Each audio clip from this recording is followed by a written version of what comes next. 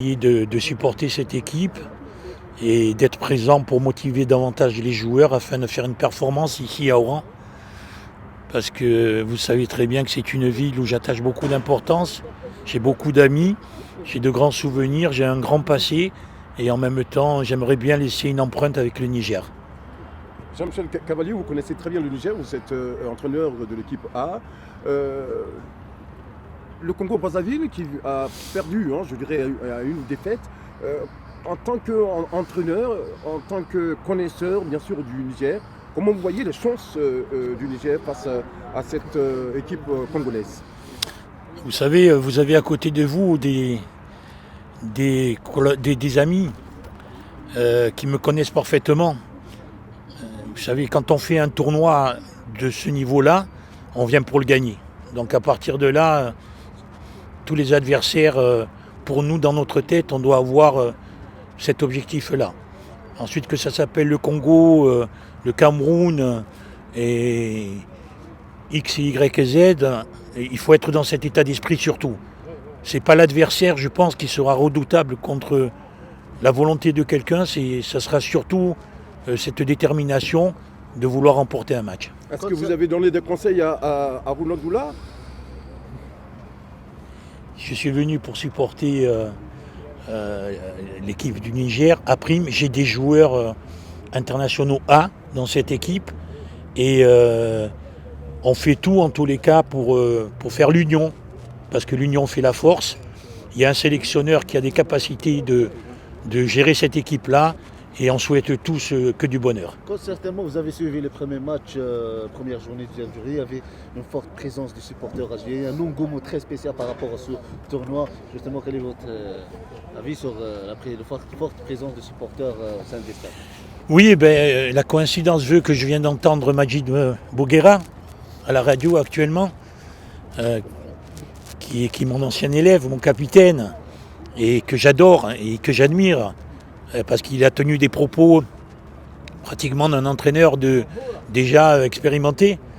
Et il faisait part d'ailleurs de ce soutien de toutes les composantes des anciens internationaux, que ce soit de l'époque de Madjer, à l'époque de Belach et d'Abdel Zarabi. Donc on sent une forte envie pour le peuple algérien de remporter cette CHAN.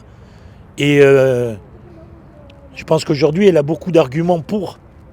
Je ne dirais pas que j'irai jusqu'à souhaiter que ce soit l'Algérie qui gagne, parce que je suis quand même représentant d'une nation à laquelle je tiens beaucoup aussi, parce que quand je m'investis, vous le savez tous très bien, quelque part, je donne toujours le maximum de moi-même et j'oublie tout le reste.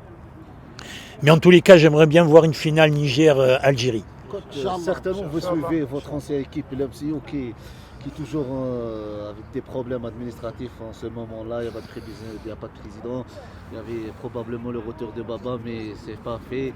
Justement, quel est votre message à votre ancienne équipe et votre supporter de Hamraoua?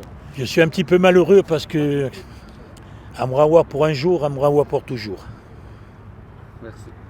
Bon, M. Cavalier, l'Algérie a les candidatures pour les candidats pour les Jeux, enfin l'Afrique 2025. Comment vous voyez la possibilité d'organiser Écoutez, ça ce sont des réponses qui me dépassent un petit peu. Alors, est-ce que vous soutenez mais en ce qui concerne, en tous les cas, la volonté de ce que je vois en Algérie à travers la nouvelle construction de certains stades et en même temps la présence sur le territoire mondial aujourd'hui de son équipe nationale, elle a beaucoup d'arguments. Elle a beaucoup d'arguments à faire valoir. Elle a un public extraordinaire, passionné, qui accompagne son équipe de bout en bout. Je pense qu'aujourd'hui, le football,